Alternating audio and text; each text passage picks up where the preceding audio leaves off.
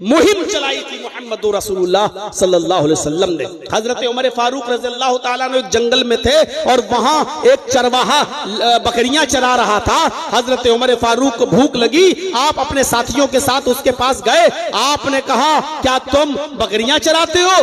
اس نے کہا ہاں۔ آپ نے کہا بیعنی شاتن، کیا ایک بکری بیچو گے؟ اس نے کہا نہیں، یہ بکری میرے مالک کی ہے، میں نہیں بیچ سکتا، میں تو غلام ہوں اپنے مالک کا، میں نہیں بیچوں گا۔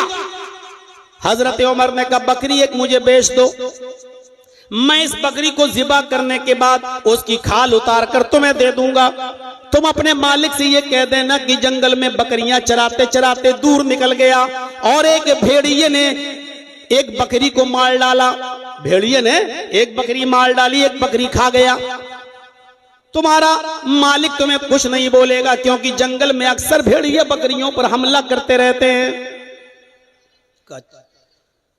اس نے حضرت عمر کو دیکھا، وہ جانتا نہیں تھا کہ یہ امیر المومنین ہے، یہ حضرت عمر ہے، وہ پہچانتا نہیں تھا۔ حضرت عمر فاروق کی بات سن کر ہنسنے لگا، کہنے لگا رے جاؤ یار اپنا کام کرو۔ وہ پھر بکریاں چرانے لگا۔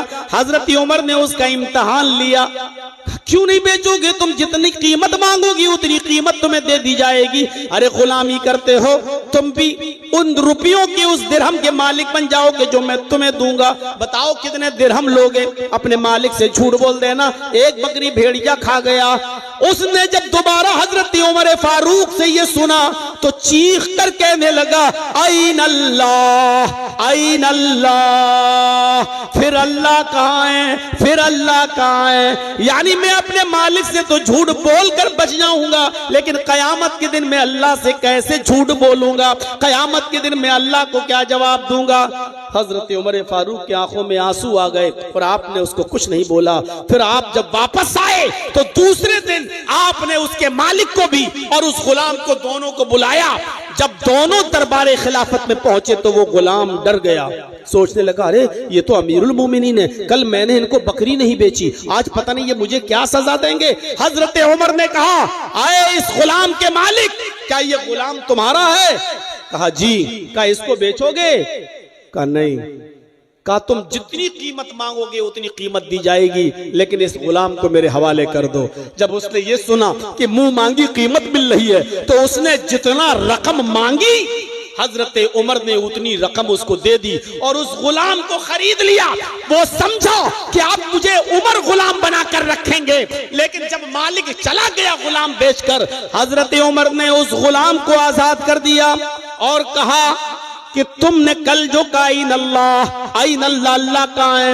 اللہ کے ڈر کی وجہ سے، اللہ کے خوف کی وجہ سے تم نے اس بکری کو نہیں بیچا، جبکہ دولت تمہیں مل رہی تھی، رقم تمہیں مل رہی تھی، اس کے باوجود تم نے نہیں بیچا۔ تم عمر سے نہیں ڈرے، عمر کے رب سے ڈرتے ہو، اس لیے میں تمہیں آزاد کر رہا ہوں۔